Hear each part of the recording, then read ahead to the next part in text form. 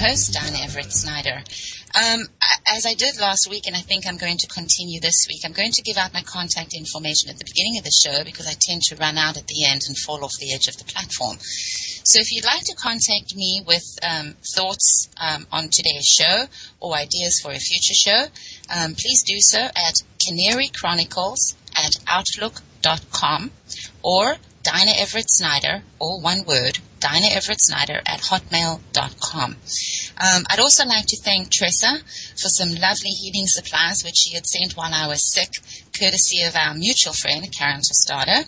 And I'd also very much like to thank Michelle, Abby, Terrence, Connor, and Scott for their heartfelt thoughts on the Kelly Thomas murder, which I discussed last week, and I will continue this week. We'll have a guest the second half of the show, and we're going to be talking about jury nullification. And also to my friend Bill for his feelings on the matter regarding the Kelly Thomas murder. And as I said, that'll be the second half of the show.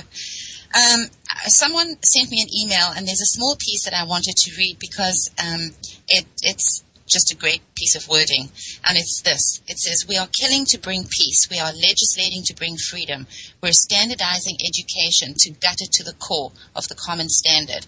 We're standardizing medicine to kill everyone equally. So when everyone is equally in the gutter, up shit creek without a paddle, sitting in a leaky boat with chemtrails and Fukushima fallout raining down on us, who is going to save us? Whom? Because it won't be the president or the Federal Reserve, your bank or your grocer." And I just thought that was great. And someone else wrote, I had said something last week, and he quoted me, and then he went on to say, "You know, Dinah, if the measure of a nation can be seen in the way it treats its most vulnerable, then you are right. America has passed the tipping point and is headed straight down the mountain. Our vulnerable are dying. America is plummeting on the International Index of Education and Health Standards. We spend more per capita on healthcare, yet we are a nation of over-medicated, chronically obese, less than exceptional, entitled children with a messiah complex, and Barack Hussein Obama is not that man." And there you have it. That's the thoughts of the people that are listening to my particular radio show. And I'm pretty certain that many people share their views. I want to read you something by William Arthur Ward. It says, "Our words reflect our thoughts. Our manners mirror our self-esteem. Our actions reflect our character. And our habits predict the future." George Orwell said, "It does not matter if the war is real, or when it is, that victory is not possible. The war is not meant to be won. It is meant to be continuous." Last week I gave you a list called, which was the 7 deadly sins. And just as a refresher, the 7 deadly sins are pride, envy, anger, sloth, greed, gluttony, and lust. This week I want to add to that narcissism and hedonism. Narcissism, according to the Oxford Dictionary, is described thus: excessive or erotic interest in oneself and one's physical appearance. And the psychology of narcissism is described as extreme selfishness with grandiose views of one's own talents and a craving for admiration. The psychoanalysis of narcissism is self-centeredness arising from failure, and to distinguish the self from the external as a feature of a mental disorder. Hedonism is described as the pursuit or devotion to pleasure, especially to the pleasure of the senses. The philosophy of hedonism is the ethical doctrine holding that only what is pleasant or has pleasant consequences is intrinsically good. And the psychology thereof is the doctrine holding that behavior is motivated by the desire for pleasure and the avoidance of pain. I would go so far as to say that Americans in general suffer from narcissism and hedonism, and the Obama family in particular. Last week I spoke extensively about the ways in which Michelle Obama and Barack Obama and the government have let down the American people. Things such as the NDAA, the lack of transparency, the GMO issue. Barack Hussein Obama stumped. He went around the country looking for votes, saying that the American people had every right to have their food labeled. As soon as he was in power, of course, he put Monsanto in charge of the FDA and the EPA, and now they pretty much own Congress. The Supreme Court recently had a ruling, which I'll get to later in the show, that shows exactly what our government feels about our feelings to do with GMOs. He misrepresented and lied about healthcare. I've talked about that excessively, as has pretty much every other radio show. The issue of his eligibility is compelling. We have 27 states and Ohio refusing Obamacare, something I'll talk about later in the show. And then we have the Trans-Pacific Alliance, which hands over every man, woman, and child in America to the corporate predators and shreds what's left of the Constitution. Something I might have time for in the show, I don't know. And then we have Michelle Obama. What can I say about this woman? Not what I'd really like to, because this is a radio show after all. She, when they were campaigning, she said that one of the things that she was going to do was be a voice for military families. And in the spirit of that, she started all these initiatives and campaigns called Joining Forces, the Veterans Initiative, the Veterans Program. She also wanted to have our children and people in general eating better, so she started a wellness initiative, a health initiative, a garden initiative, and randomly a breastfeeding initiative. And in all of these, she has absolutely failed. And as I said last week, what she needs to understand is that putting a measure or an initiative in place is not a photo op opportunity. At that point, she needs to get out in the street and start talking to people, finding out what the real issues are, and then advocating for changes. She put out a book called Victory Gardens. Every garden is a munitions plant, which is actually part of a slogan during the Second World War. And it says, her book says, American Grown, How the White House Kitchen Garden Inspires Families, Schools, and Communities. It's a joke because around the United States, many families have been in the crosshairs of the city ordinances and been forced to pull up their vegetable gardens and face incredible fines and penalties, lost time sitting around in courthouses. People have been forced to get rid of their chickens and their ducks. In the meantime, the First Lady is, putting out this book with her smiling face, and every second picture of her is her sticking food in her mouth. Along those lines, she started Jumpstart, which is to get our children moving.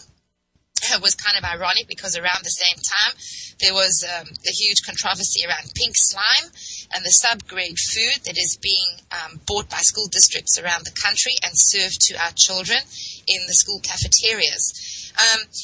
Jumpstart and the whole food thing with Michelle Obama, to me, really is a joke, simply because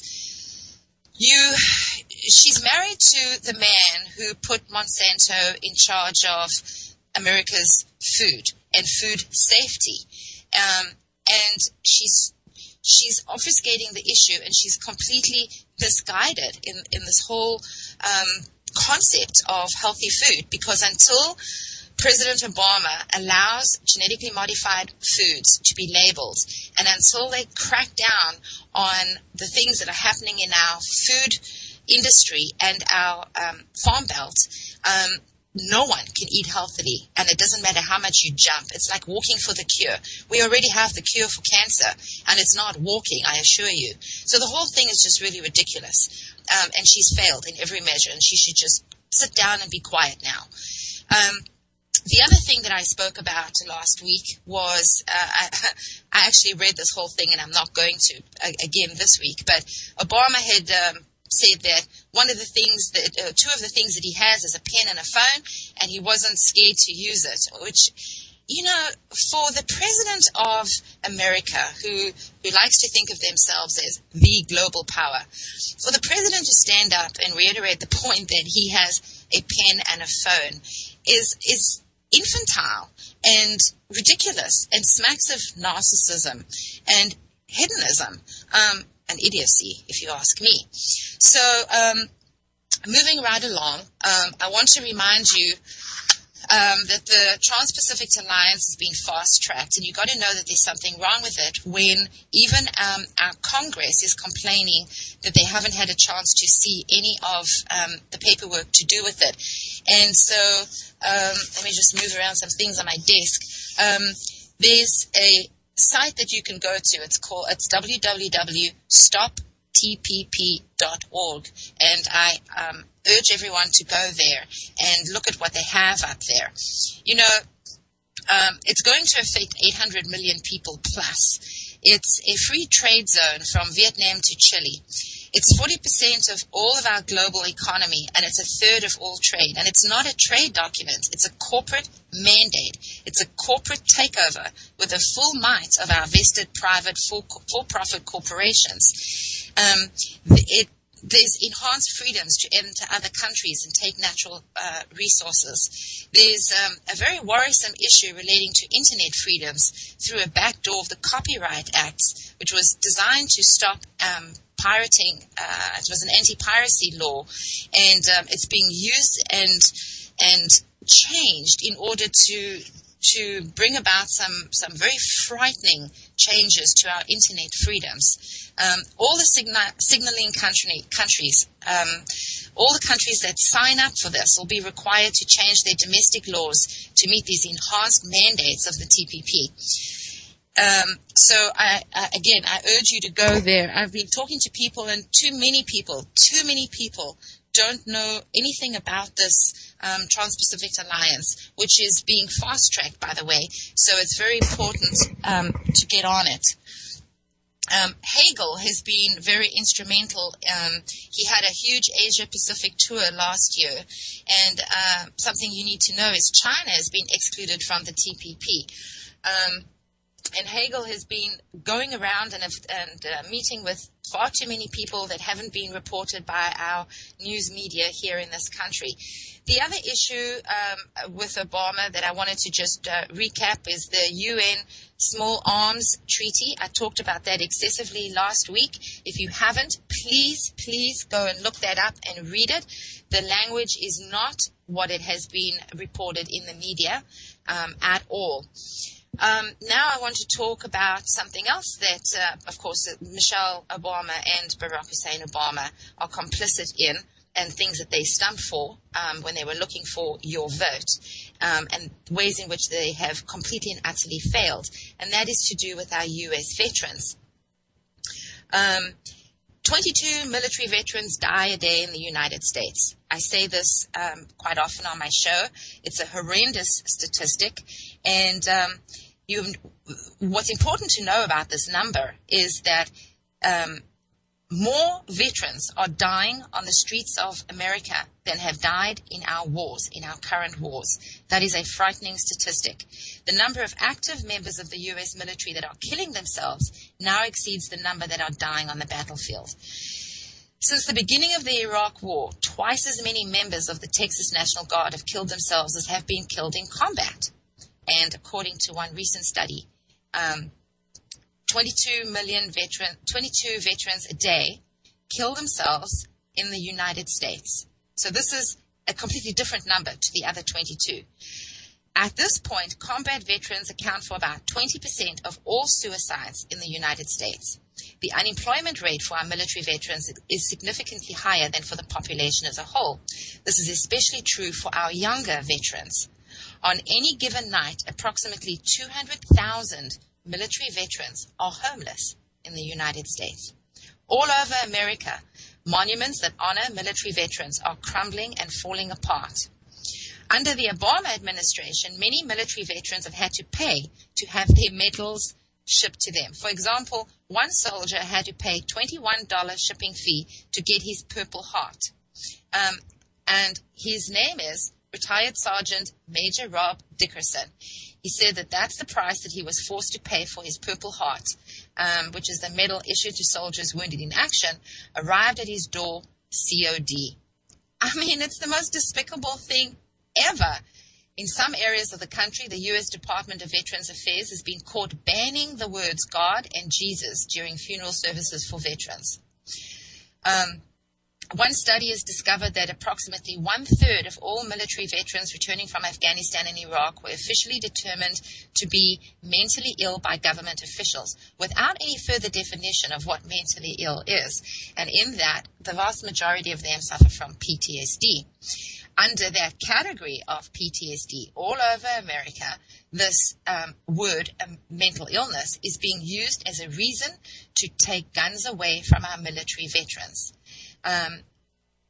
Thanks to Operation Vigilant Eagle, a program launched by the Department of Homeland Security in 2009 under Obama, military veterans returning from Iraq and Afghanistan are also being characterized as extremists and potential domestic terrorist threats because they may be disgruntled, disillusioned, or suffering from the psychological effects of war. As a result, these servicemen and women, many of whom are decorated, are finding themselves under surveillance, threatened with incarceration or involuntary commitment, or arrested, all for daring to voice their concerns about the alarming state of our union and the erosion of our freedoms. Very frightening stuff, you know.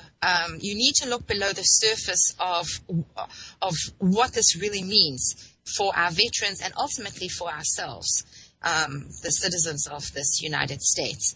Something else, our Navy, of course, has a lawsuit pending against TEPCO for nuclear fallout that they were exposed to while delivering humanitarian help near the stricken Fukushima event that happened some years ago. And, you know, you have to ask yourself, we have military insurance for our military personnel, regardless of what department they're in. Why is it that these people have to follow a lawsuit of their own? Why is it that their military health insurance is not covering this? And why is it that since our president can get involved with the Trayvon Martin case and voice his opinion, he has yet to say anything about these irradiated sailors, the pending lawsuit, or their health coverage? I find it to be disheartening, despicable, and exactly in line with the way the U.S. has followed its policy towards its veterans since the very beginning, really. It's words. I am at loss for words. Doesn't happen often. So I've talked, of course, about the Unaffordable Health Care Act many, many times. And here is something that is allowing states to exempt themselves from Obamacare. You won't see this reported in the mainstream media. This is through Cornell University Law. And you should go to, in fact, I'm going to put this link in the show when it goes to YouTube.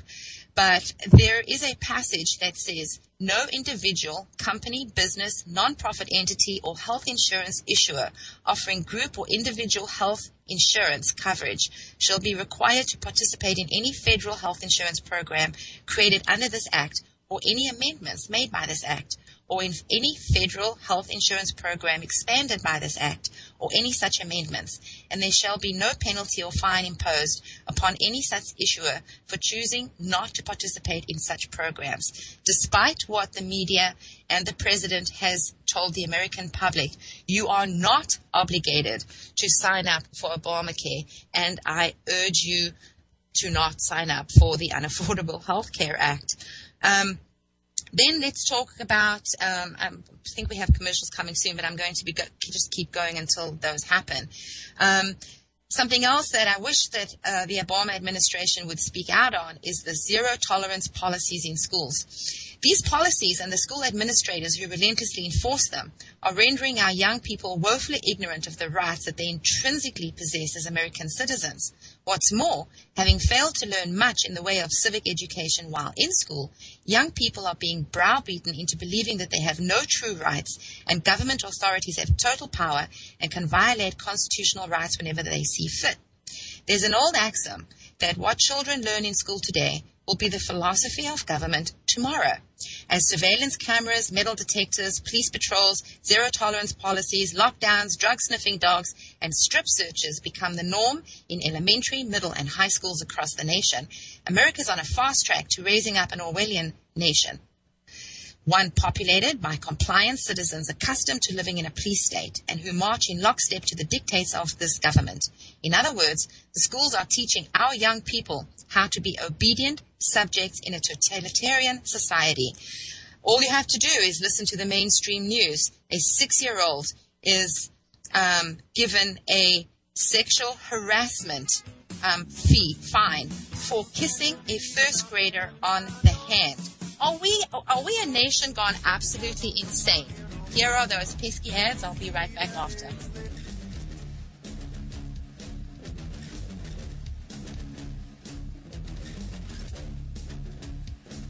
Six-year-old Colorado boy who got suspended for kissing a girl in school on the hand. So did a zero-tolerance policy go too far? ABC's Clayton Sandell has the story. 6-year-old Hunter Yelton is a thief, the kind that steals kisses. We're doing reading group, and I need no one kissed on the hand. But that kiss on the hand didn't just get him a slap on the wrist. It got him suspended for a day and a serious charge on his record. I did something wrong. I feel sorry. Hunter's mom met with the principal at his Canyon City, Colorado school and says she was told her first grader's behavior amounted to sexual harassment. This is taking it to an extreme that doesn't need to be met with a 6-year-old. Now my son's asking questions. What is sex, Mommy? It should not ever be said sex in the sentence with a 6-year-old. Hunter admits he's been in trouble before, suspended for roughhousing. We have been working with him with the classroom disruption. He's been grounded for a while. But sexual harassment? How can you do this? How can you say this about my child? Remove sexual harassment. Remove it from his record. Overnight, the school superintendent said, "Our schools do not suspend a student for just a kiss on the hand. We have intervened on behalf of a little girl who wants the unwelcome behavior to stop." Hunter is now back to school. For Good Morning America, Clayton Sandell, ABC News, Denver.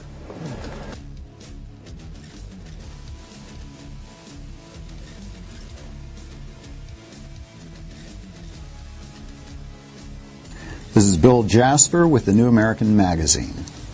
President Obama and the ruling class in Washington believe that you should have no privacy, no secrets.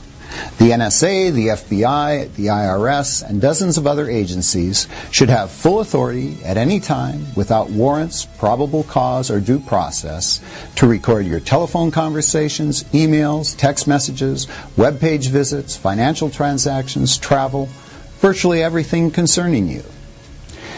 Elected officials and appointed bureaucrats insist that we citizens must give up more and more of our privacy. At the same time, they believe the federal government should be able to operate in complete secrecy, unaccountable to we the people. You think this sounds too far-fetched? But is it? Case in point, the Trans-Pacific Partnership, or TPP. It's a secret, so-called trade agreement that is on track to be completed by the end of 2013.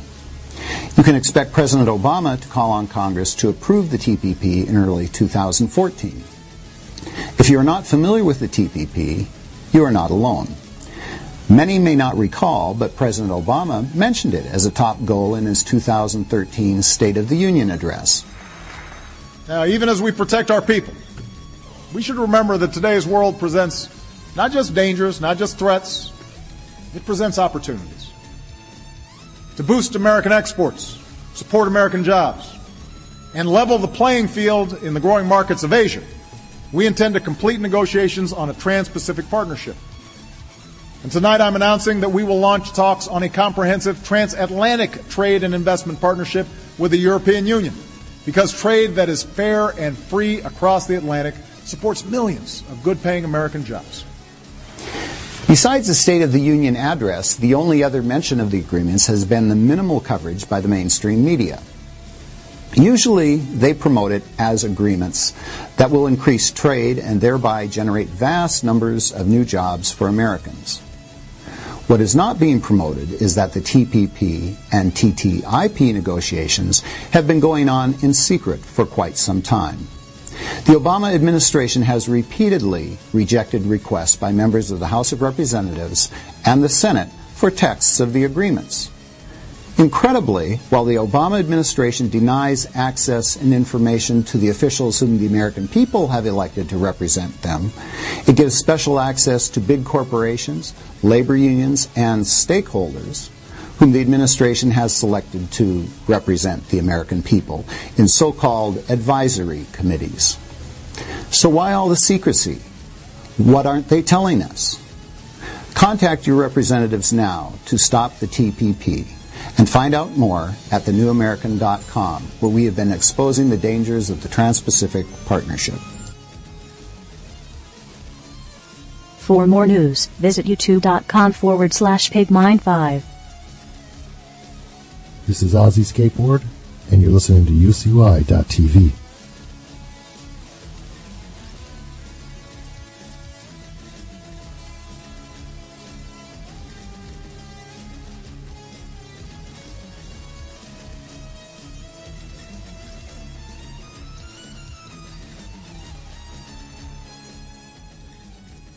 All right, let's move on with the second half of the show. We're going to talk about jury nullification. I want to read you something. In 2011, prosecutors charged Julian Hunkelman, a retired chemistry professor, with jury tampering because he stood outside the federal courthouse in Manhattan providing information about jury nullification to passers-by.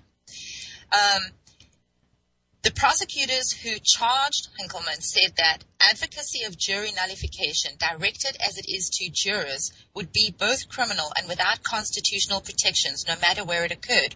The prosecutors in this case are wrong. The First Amendment exists to protect speech like this, honest information that the government prefers that citizens not know. Laws against jury tampering are intended to deter people from threatening or intimidating jurors.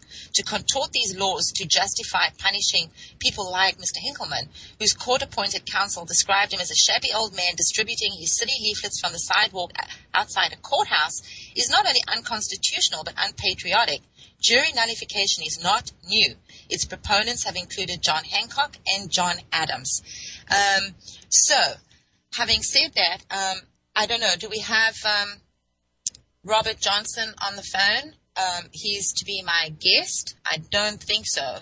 I think we're having some struggle with getting him. So I am just going to continue talking about this. I'll continue reading this piece. The doctrine is premised on the idea that ordinary citizens, not government officials, should have the final say as to whether a person should be punished. As Adams put it, it is to each juror's duty to vote based on his or her own best understanding, judgment, and conscience, though in direct opposition to the direction of the court. In 1895, the Supreme Court ruled that jurors had no rights during trials to be told about nullification. The court did not say that jurors didn't have the power or that they couldn't be told about it, but only that jurors were not required to instruct them on it during a trial.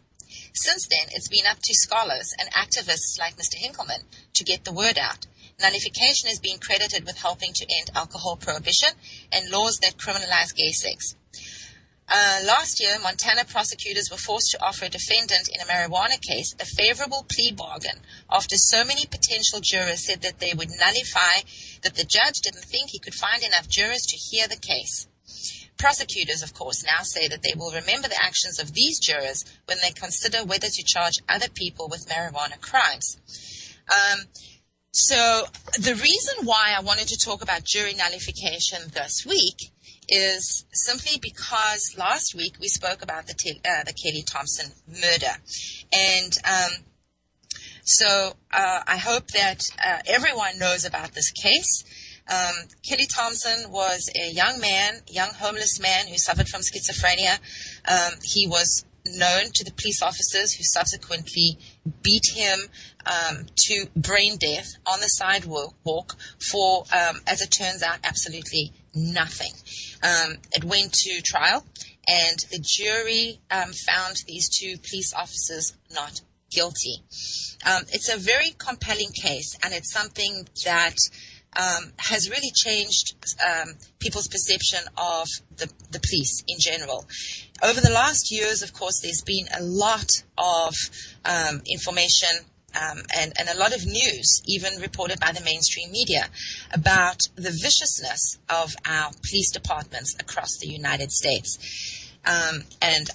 This is, of course, goes right into a book that I promote on the show called The Rise of the Warrior Cop by Rodley Balco.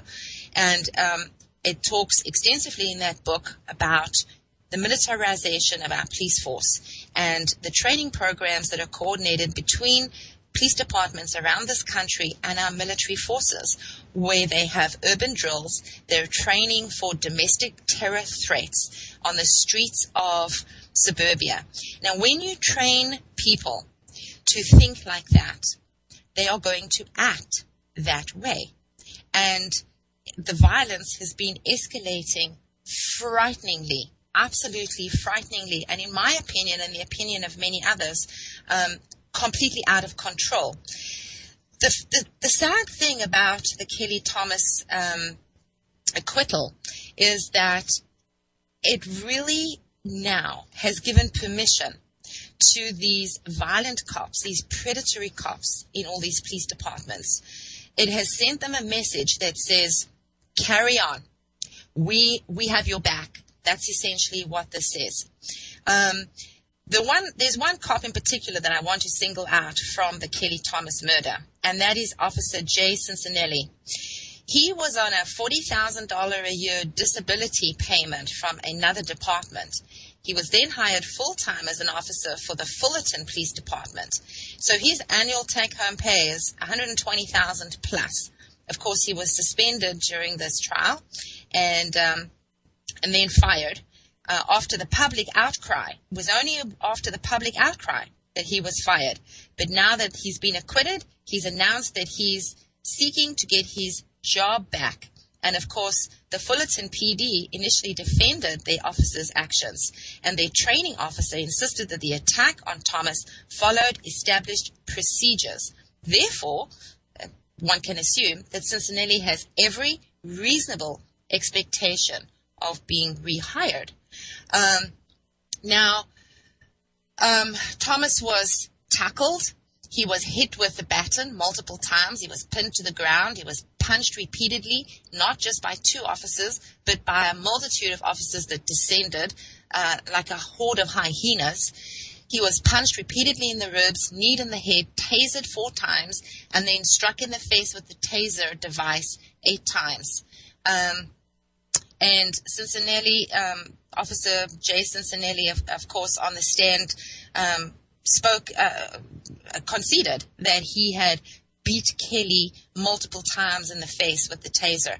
Now, if you haven't, I ask that you go and view the footage. Yes, it's horrendous. It's absolutely heart-wrenching. You cannot help but be overwhelmed when you watch it.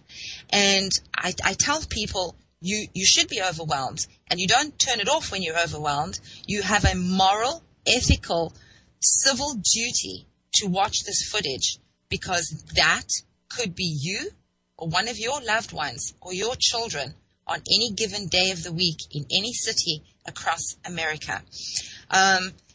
It seems as though we can't get hold of Robert, which is a pity, and so we're going to have to reschedule that. But something that I had spoken about and asked, I had urged people in my social network to reach out and contact the Fullerton people involved in this case, and I gave out their numbers. And I'm going to go and give out these numbers today because there is a push to have this case heard as on the federal level. And I had actually contacted Senator Feinstein's office and spoken to a couple of her aides because I called twice. Wasn't happy with the first time. The first aide that I spoke to, she was young and rather ignorant, as they tend to be. And so I called a second time and got an equally young and equally ignorant aide.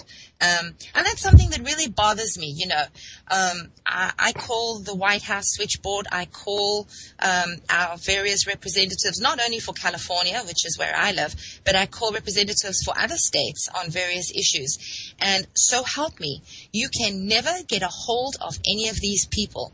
So I don't know who they talk to in their state, regular people. Do they talk to any regular people in their state? Because when you call, and I have this from multiple sources, I have a group of people that help me reach out and try to reach representatives from various states and from California. And we can never get a hold of the representatives.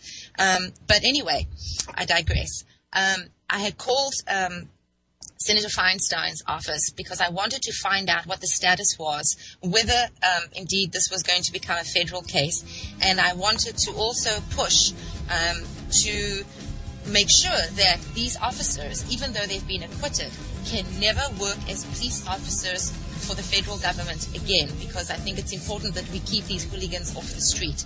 I hear a commercial break. We'll be right back.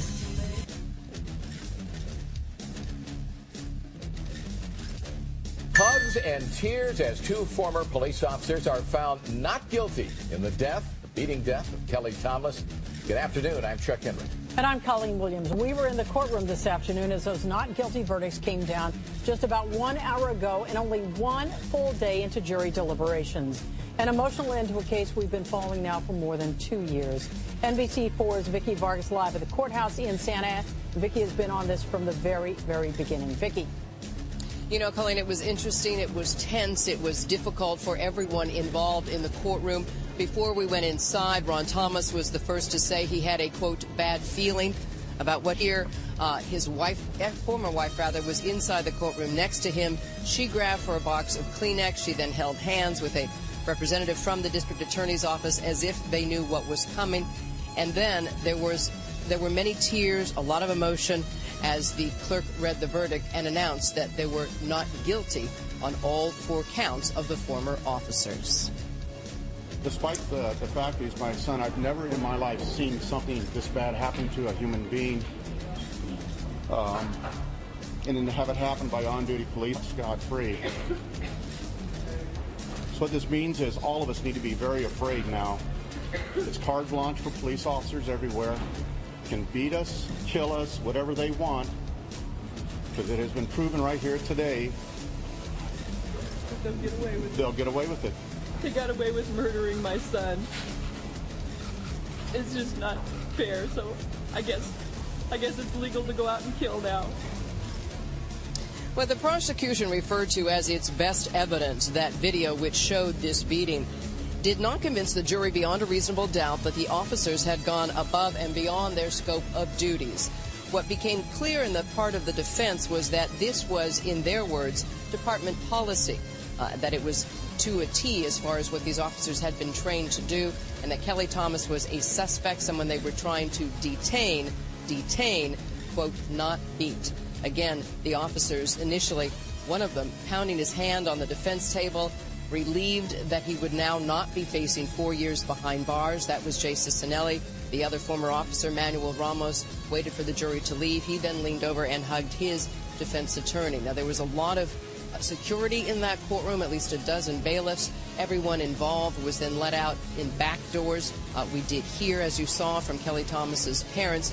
We also heard from the prosecution, and they made a very surprising announcement regarding the third officer whose trial is about to begin. We will tell you more about what this verdict has as far as an effect on that particular case and have more reaction coming up at 6 o'clock. Live in Santa Ana, I'm Vicki Vargas, NBC4 News. This is the surveillance video. It was a violent beating that ended with a homeless man dead 5 days later. This is what it looked like in court today. 2 former Fullerton police officers acquitted on all charges in the death of Kelly Thomas. Now, we first brought you the verdict at 4 o'clock this afternoon when it was read in court. We're going to go back live to Vicki Vargas in Santa Ana. She has reaction from both sides in this very emotional case. Vicki. And that it was, Colleen, there was a lot of tension in that courtroom leading up to the moment when the clerk finally read those verdicts. But the 2 words we heard from the officer's lawyer tonight, relieved and thankful. He is describing their reaction. These are officers who literally broke down as those verdicts were read. There was a loud bang on the defense table, which you might be able to hear on the video. just at the moment as Jay Cicinelli was acquitted of both involuntary manslaughter and use of excessive force. The jury delivered the same not guilty verdicts for Manuel Ramos, who was facing 15 years to life in prison. Instead, it appears the jury agreed with the defense that both officers were doing what they were trained to do. Lawyers telling us that there was no malice involved, that they were simply detaining a suspect. Now, prosecutors have said it was the officers' actions that led to Kelly Thomas's death, a homeless, mentally ill man accused of initially breaking into cars at the Fullerton Transportation Center. There was mail found in a backpack. Initially, they thought it had been stolen. They claimed Kelly Thomas tried to run away, and that at one point, he actually tried to take a taser gun. These peace officers were doing their jobs. They were operating as they were trained, and they had no malice in their hearts. They were not out to get somebody that night. They were working. Despite the fact that he's my son, I've never in my life seen something this bad happen to a human being. And then to have it happen by on-duty police officers, and then they walk scot-free. We had a fair trial. We gave the jury all of the evidence, and it doesn't make a lot of sense to me to try to do that again. Tony Rakoc was referring to the case yet pending against Joe Wolf, the third officer. He will not be charged any further. That case is being dropped. That was the news, perhaps, of the day.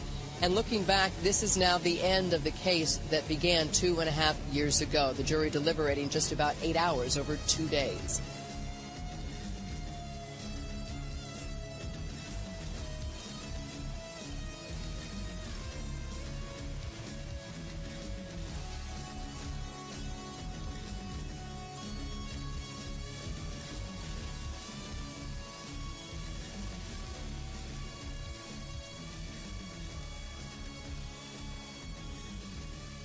On January 14, 2014, former Fullerton Police Department officers Manuel Ramos and Jay Cicinelli were acquitted of charges in the July 2011 beating death of Kelly Thomas, a 37-year-old schizophrenic drifter. Although the not guilty verdict was a shock to supporters of the Thomas family, what may have stung even more was Cicinelli's statements to an Orange County newspaper, saying he would seek his job back with the Fullerton Police Department. "I was wrongfully terminated," said Cicinelli to the paper.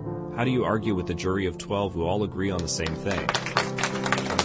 Residents and supporters showed up at Fullerton's City Council meeting January 21st to let the City Council members know how they felt about Cicinelli's rehiring. If this guy gets rehired, it's not going to be good for the city at all. Please do not hire those officers back.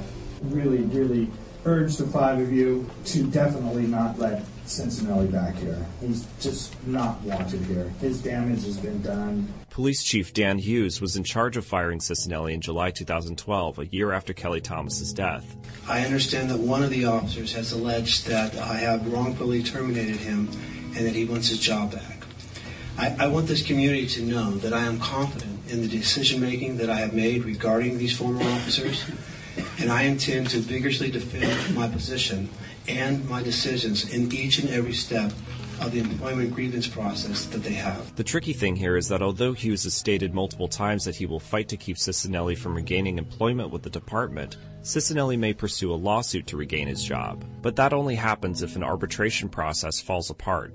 Cicinelli will have to make his case to an arbitrator who would make a recommendation to the city. City council members would then vote on whether to rehire him. If you vote and put him back on the force, he will be out of a job.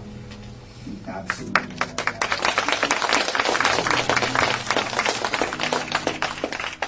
Hughes says the Fullerton Police Department has made a lot of changes and is still changing thanks to recommendations from an independent review of department policies. Any police officer who betrays the oath that they made to this department and betrays the oath that they make to this badge and what this badge represents, I will do everything in my lawful authority to ensure that they never have the privilege of wearing this badge again. Reforms aside, the Kelly Thomas incident is a weight many residents in the city still carry. You think of the very soul of this city being ripped apart by a police department. I think you will hear the screams of Kelly Thomas through these streets, especially in the downtown, forever. It will never go away.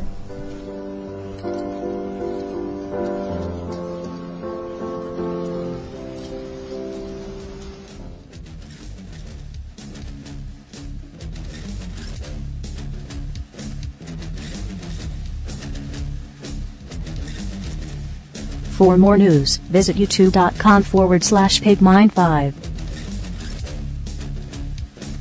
This is Ozzy Skateboard, and you're listening to UCY.TV.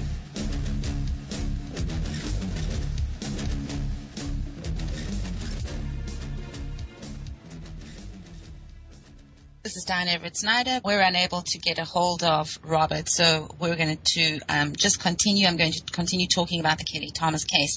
I had mentioned before the break that I had called Senator Feinstein's office to find out what the status was on pursuing this as a federal case, and also to push for having these particular police officers involved with this incident never be rehired as police officers anywhere in the United States ever again. I think that aides in political offices are hired for their youth and their ignorance, because neither of the aides that I got a hold of admitted to knowing anything about the Kelly Thomas case, which I find hard to imagine. And the first one that I spoke to told me to write a letter to the senator, and I would be, and they would respond to me through the appropriate channels. I mean, you have to love it.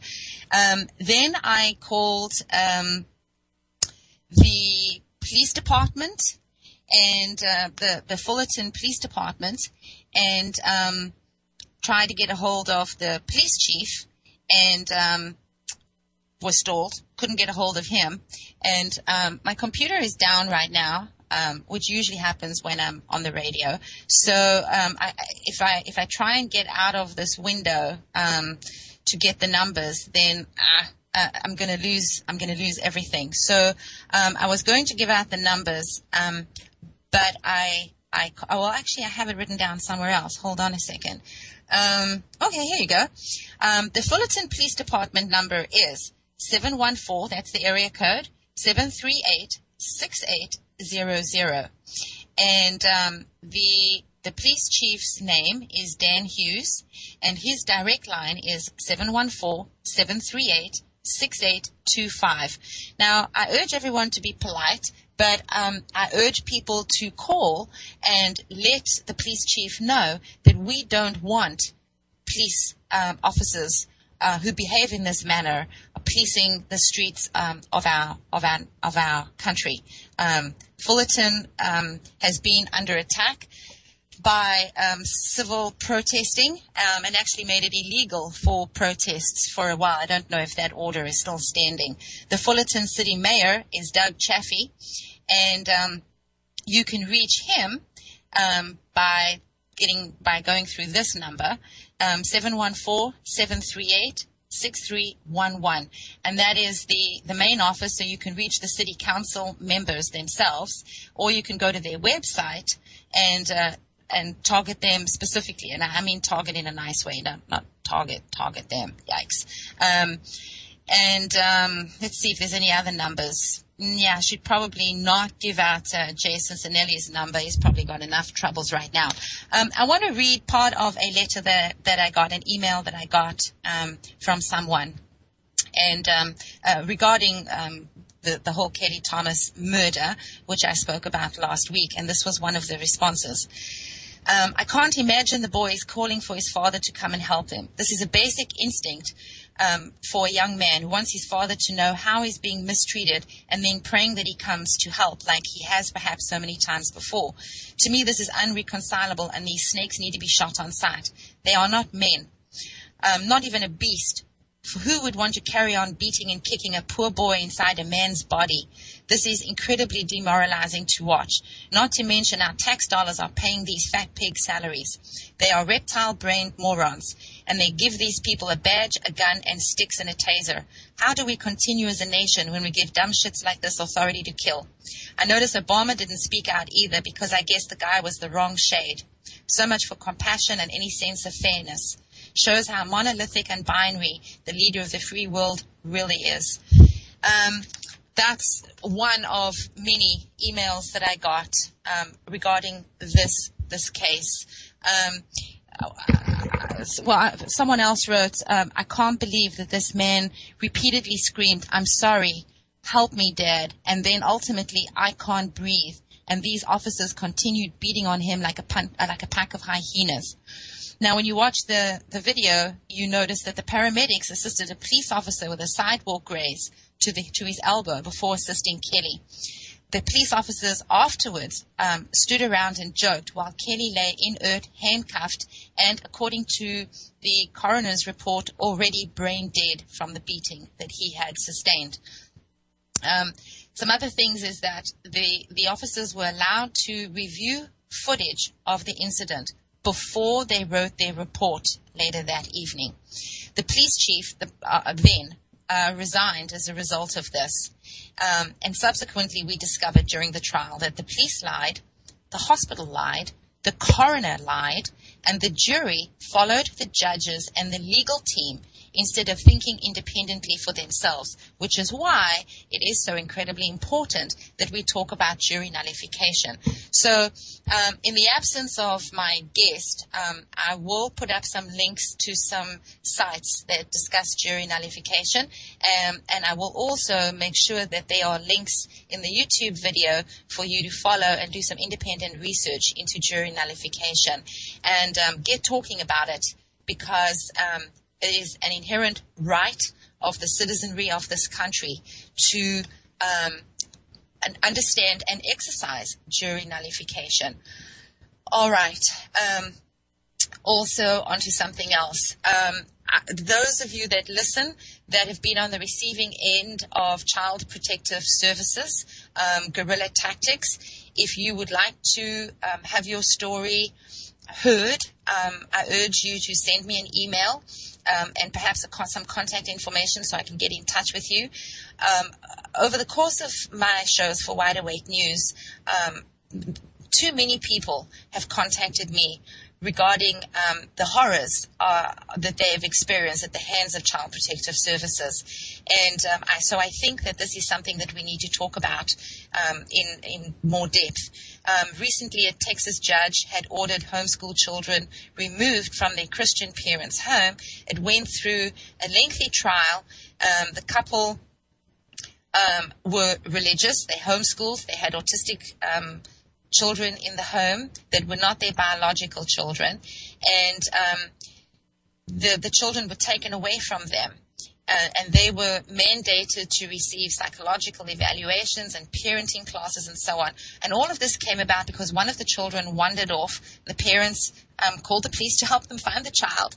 The child was found. CPS at the time said that there was no problem here. However, the caseworkers also remarked that nobody in their right mind would want to stay home all day with so many children, and ordered the woman to enroll in parenting classes and take a psychological examination.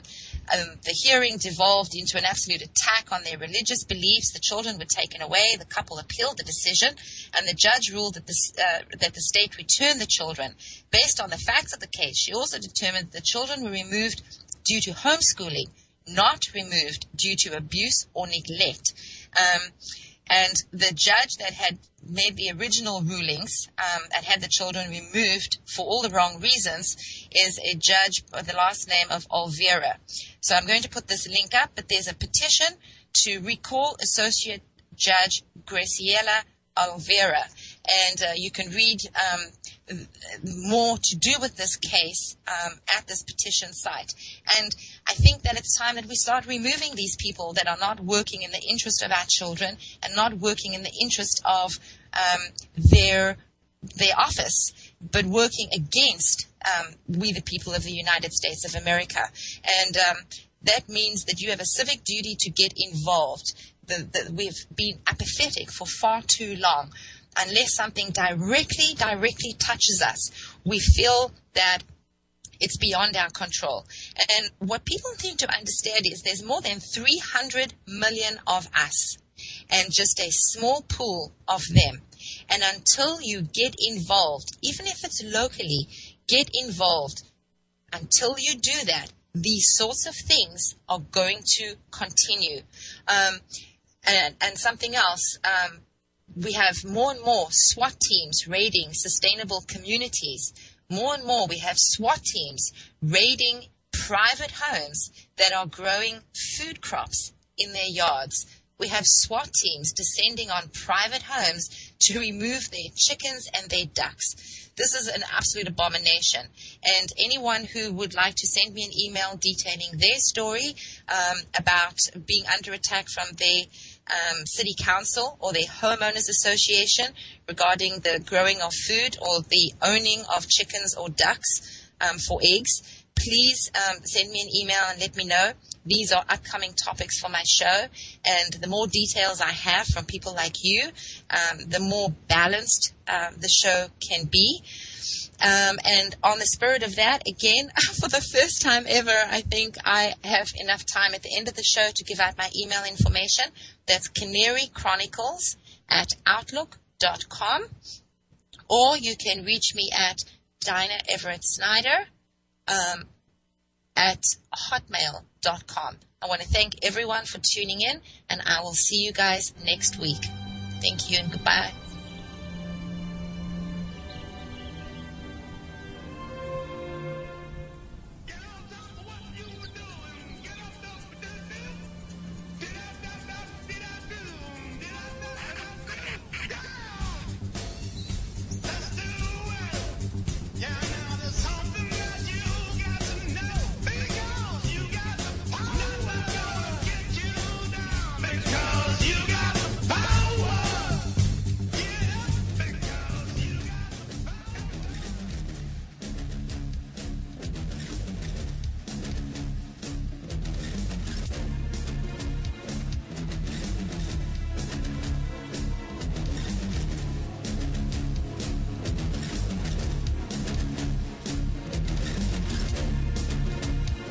Fatal shooting at a Florida movie theater. A retired cop now charged with second-degree murder after shooting a fellow moviegoer who was texting during the previews.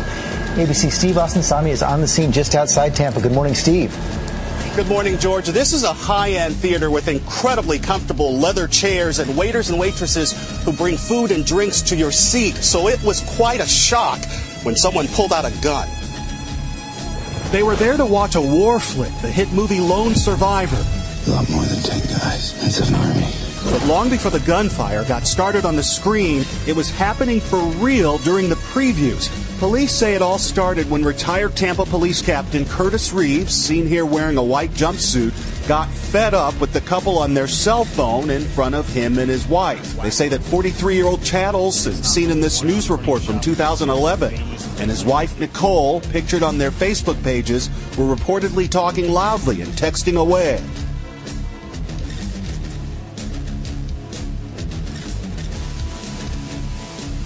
For more news, visit youtube.com/pigmind5.